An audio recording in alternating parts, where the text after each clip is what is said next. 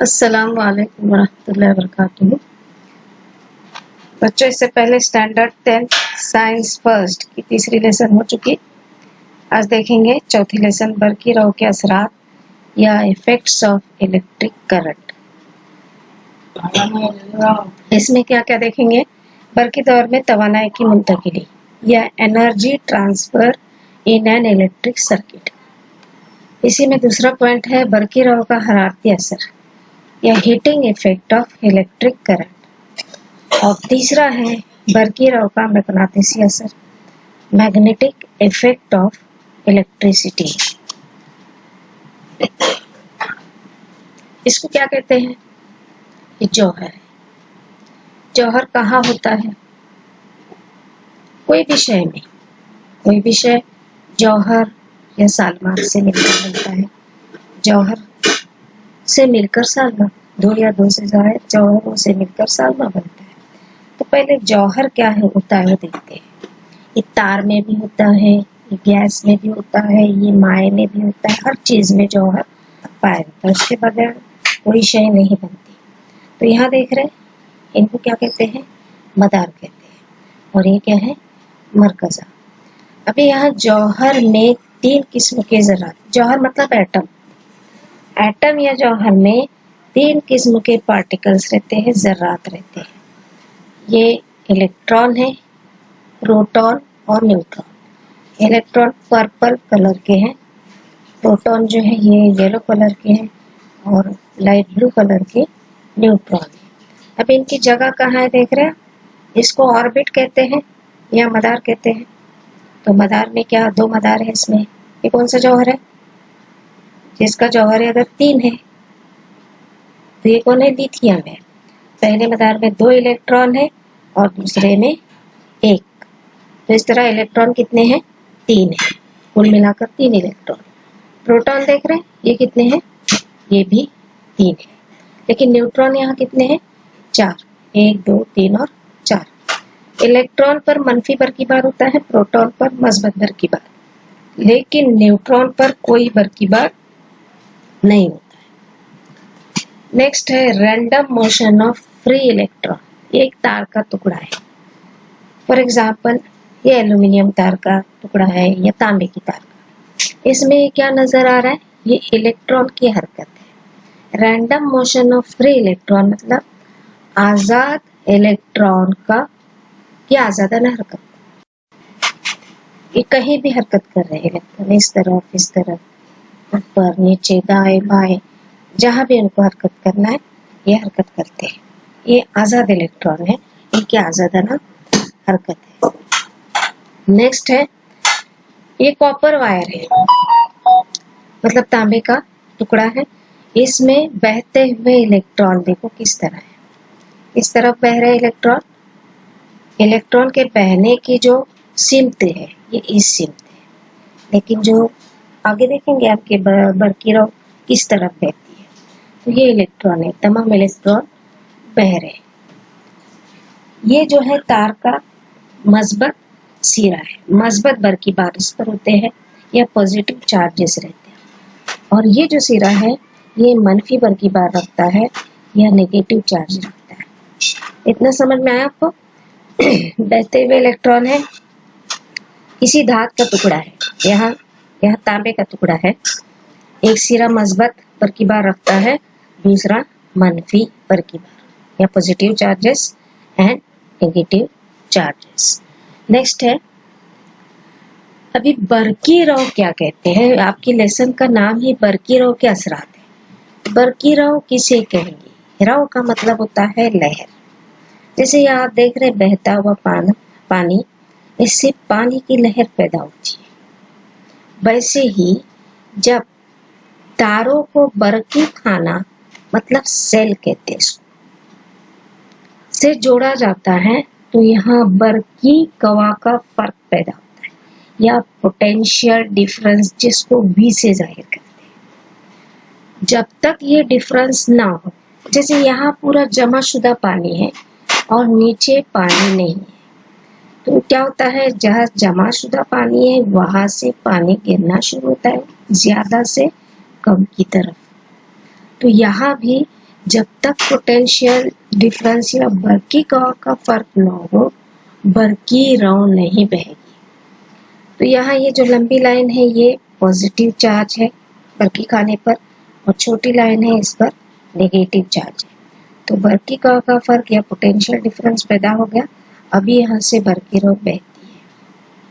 तो बरकी रव को आई से जाहिर, कैपिटल आई से जाहिर करते हैं। जैसे ही बरकी रव बहती है, यहाँ से बरकी रव बहेगी मस्बत सिरे से मंफी सिरे की तरफ। तो आप देख रहे हैं ये बरकी रव यहाँ से ऐसे बह रही है, इसलिए यहाँ ई दिखाया गया, इलेक्ट्रिसिटी इस तरफ बह रही है।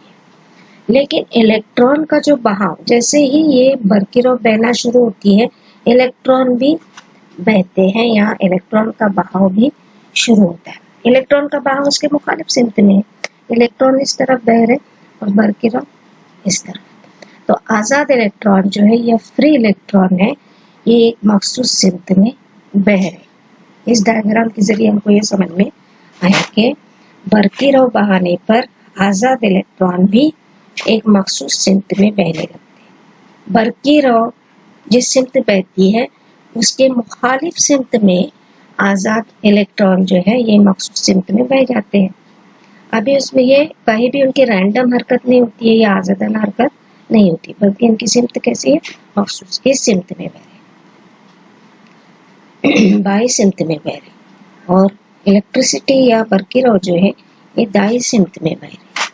हाँ, समझ में ये एरो के जरिए बरकी रव का बहाव बताया हुआ है और इलेक्ट्रॉन के बहाव इस सिमत में बताई गई है। नेक्स्ट है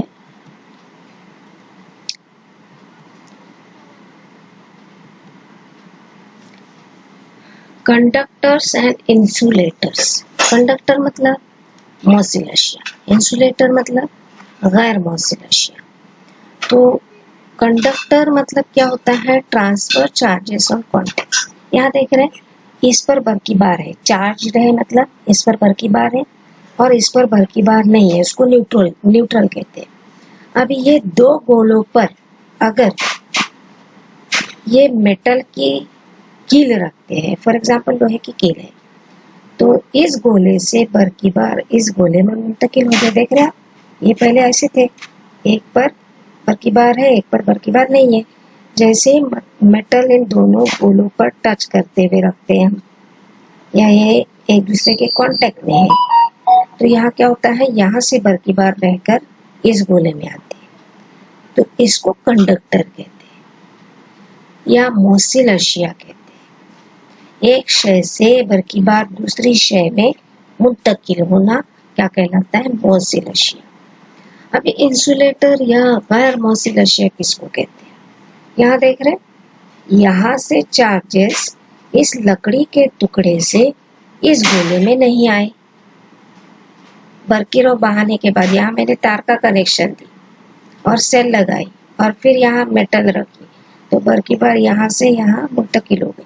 इसको भी सेम मैंने तार का कनेक्शन, सेल जोड़ी, और लेकिन यहाँ से इस लकड़ी के टुकड़े से इस गोले में बरकी बार नहीं आए। इसका मतलब क्या है, ये इंसुलेटर है। यहाँ मैं अगर प्लास्टिक भी खाली रख देती तो यहाँ से बरकी बार इधर या चार्जेस जो है इधर मुंतकिल नहीं होंगे, इसलिए ये इंसुलेटर। इंसुलेटर मतलब does not transfer charges on contact. मतलब अगर मैं यहाँ बरकी रव गुजारती हूँ तो एक शय से दूसरी शय में बरकी बार मुंतकिल नहीं होते, उसको गैर मौसिल अशिया कहेंगे। अभी मौसिल अशिया तमाम धातें हैं, हर धात में से बरकी रव गुजरती है। दूसरा है गैर मौसिल अशिया, मतलब कांच है, प्लास्टिक है, सूखी लकड़ी या लकड़ी, और सिरेमिक मतलब चीनी मिट्टी वगैरह, कप वगैरह में जो ये पाया जाता है उसको क्या कहते हैं, सिरेमिक कहते हैं। नेक्स्ट है बरकी तवानाई में तवानाई की मुंतकिली। पहला पॉइंट है आपकी लेसन का, बरकी तवानाई में, बरकी दौर में तवानाई की मुंतकिली, energy transfer in an electric circuit. ये इलेक्ट्रिक सर्किट है। ये जो लाइनें दिखाई गई है इनको तार कहेंगे। बरकी दौर में बरकी रव को क्या कहते हैं, आई। ये बरकी दौर है। दौर मतलब जो बंद होता है, जो कहीं से खुला नहीं होता है, उसको दौर कहते हैं। तो बरकी दौर में बरकी रो क्या है? आए। मज़ाहमती तार के दोनों सिरों में ए और बी, ये मज़ाहमती तार है। सीधी तार में से बरकी रो बहना आसान होता है, लेकिन मज़ाहमती तार मतलब कॉइल, जैसे बरकी बल्ब वगैरह में जो कॉइल रहती है, लच्छेदार तार, जिसको मज़ाहमती तार कहते हैं। इसमें बरकी बार का बहना मुश्किल होता है। बरकी बार यहाँ से सीधा बह रहा है, यहाँ आता है, फिर टकराता है, यहाँ बहता है, फिर टकराता है, फिर टकराता है। तो इस तरह कॉइल में मज़ाहमत मतलब रुकावट आती है बरकी बार को बहने के लिए। तो ए और बी ये दो सिरे हैं मज़ाहमती तार के। तो यहाँ बताया गया मज़ाहमती तार के दोनों सिरों में क्या होता है, दोनों सिरों पर क्या होता है? ए और बी होता है। नेक्स्ट है बरकी का फर्क। ये जो है ये वोल्ट मीटर है, वी से जाहिर किया गया है, लेकिन इसके जहाँ बरकी मज़ाहमत को जोड़ा गया है वोल्ट मीटर से, तो ये वोल्ट मीटर क्या नापता है? बरकी का फर्क या पोटेंशियल डिफरेंस। ये दोनों सिरों का पोटेंशियल डिफरेंस या बरकी का फर्क, ये क्या होता है? VAB, ये नापता है। अभी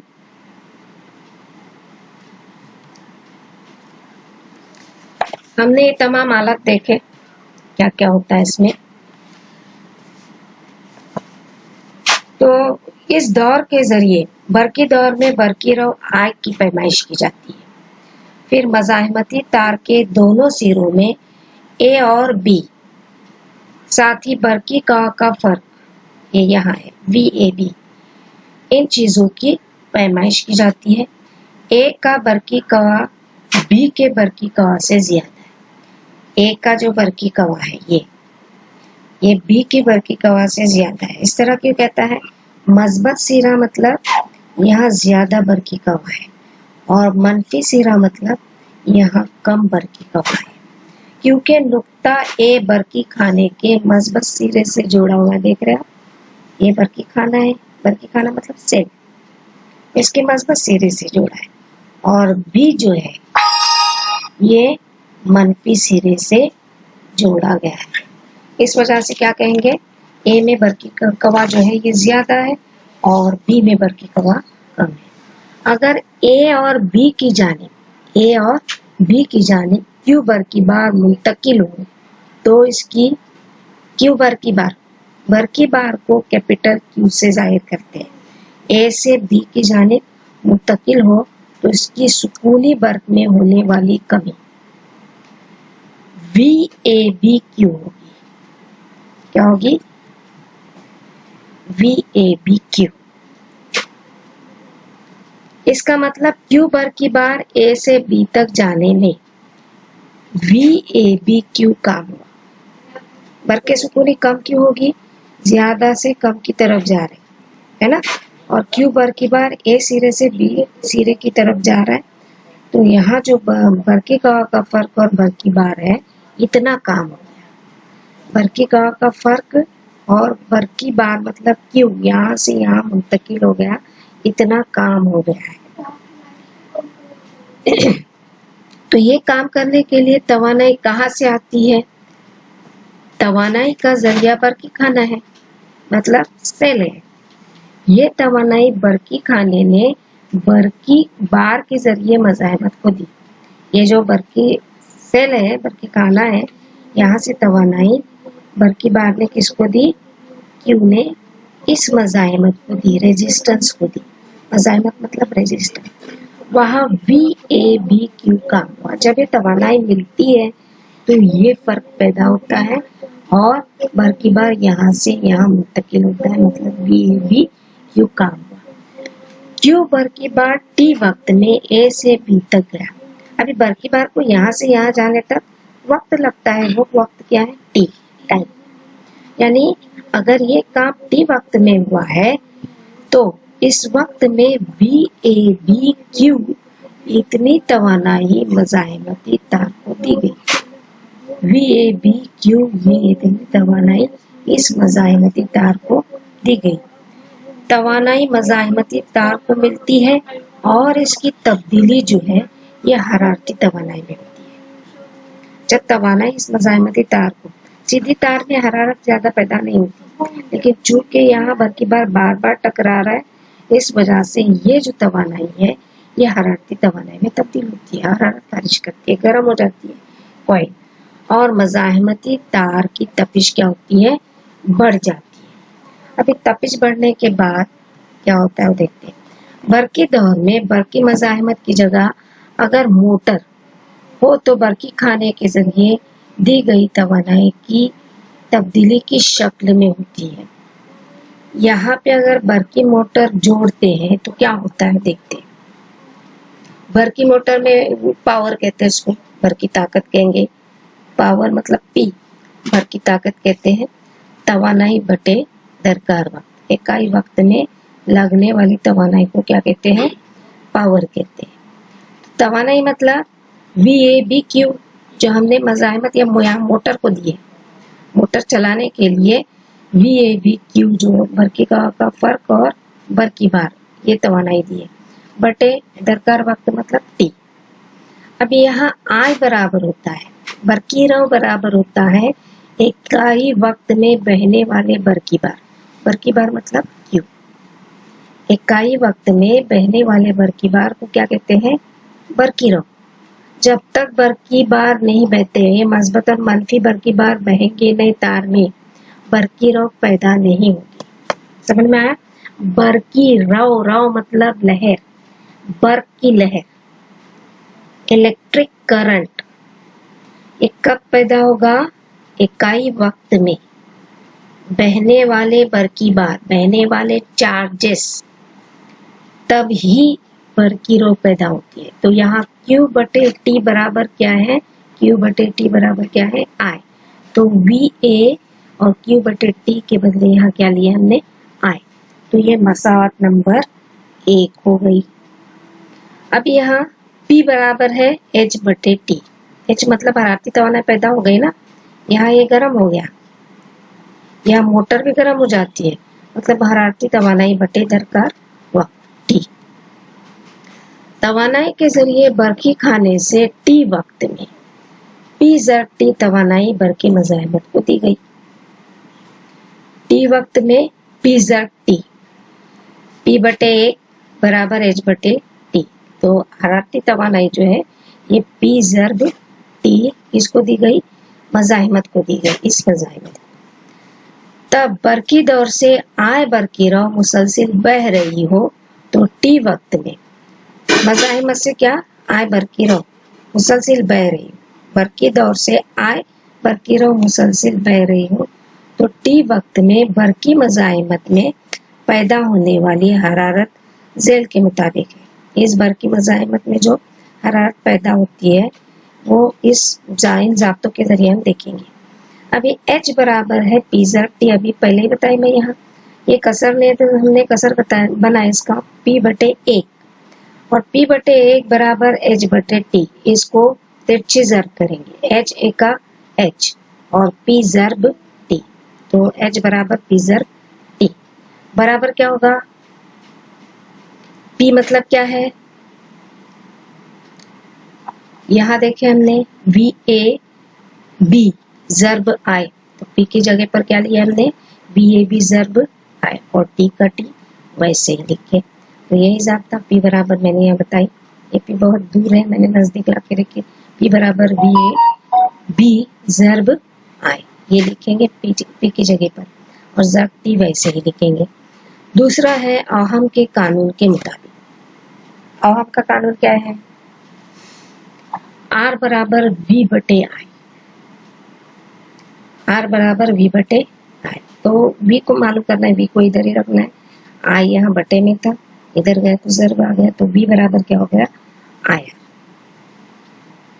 V बराबर, V मतलब यहाँ VAB बरके का फर्क बराबर IR।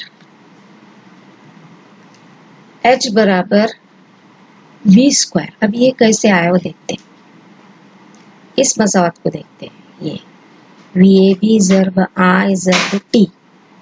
तो यहाँ I है तो I का इसी ज़ाब्ते के जरिए हम I मालूम कर सकते हैं।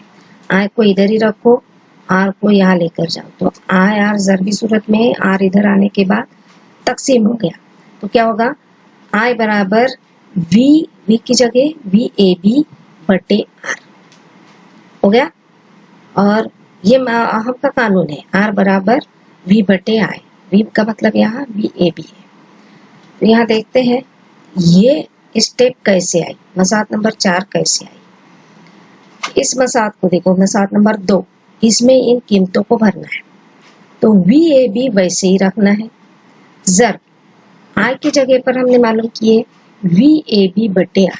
क्या लिखी मैंने, VAB बटे R, और ज़र्ब T का T वैसे ही लिख दो। अभी VAB ज़र्ब VAB, तो क्या यहाँ लिख सकते हैं हम, VAB का मुरब्बा या VAB स्क्वायर, ज़र्ब यहाँ ज़र्बी सूरत में है T, इन दोनों के ज़र्बी सूरत में है तो T, और बटे क्या आएगा R। किस तरह मसात मालूम पड़ा। तो यहाँ हमने I की कीमत रखे, फिर बाद में इन सबों की ज़र्ब किए तो हमको ये मसात नंबर 4 मिली। इसके बाद देखते हैं अभी VAB, यह जो VAB है बराबर IR, ये यहाँ देखते हैं VAB, V का मतलब होता है VAB, दो सिरों के दरमियान है ना, करके कहा, इसलिए यहाँ VAB है, IR। तो मैं यहाँ इसकी जगह पर क्या लिखूंगी, IR। लेकिन यहाँ VAB का मुरब्बा है तो मुझे कितनी बार IR लिखना पड़ेगा, IR ज़र्ब IR। तो यहाँ तकसीम में R है तो एक R, ये ज़र्बी सूरत में यहाँ से एक R इस R के साथ कटा, तो यहाँ I अकेला है, लेकिन ये दूसरा IR जो है ये वैसे ही रहेगा, ज़र्ब T, ये जो T है वो। अभी I ज़र्ब I स्क्वायर ज़र्ब T ज़र्ब R ज़र्ब, ये मसात नंबर क्या है 5। तो H बराबर है या हरारती तवानाई बराबर बरकी रौ का मुरब्बा, मज़ाहिमत और वक्त, I स्क्वायर ज़र्ब R ज़र्ब T। इसी को जूल का हरारत के मुतालिक कानून कहते हैं। तो ये सवाल भी पूछ सकता है, या आपको बरकी दौर में हरारत की मुंतकिली, दोनों इससे पूछ सकता है। तो जूल का हरारत के मुताबिक कानून की वजाहत कीजिए, मतलब ये बड़ा क्वेश्चन आएगा तो आपको ये पूरा हल करना पड़ेगा। अभी बरकी ताकत की इकाई, बरकी ताकत मतलब पावर की इकाई मसावत नंबर 1 के जरिए, ये जो मसावत 1 है VAB इसके जरिए हम ये इकाई मालूम करते हैं। P बराबर है, मतलब ताकत बराबर है VAB ज़र्ब I।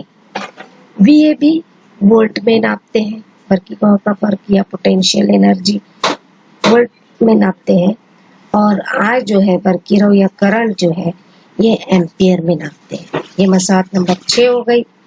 अब ये वोल्ट और एम्पियर, 1 वोल्ट ज़र्ब 1 एम्पियर बराबर किसके होता है।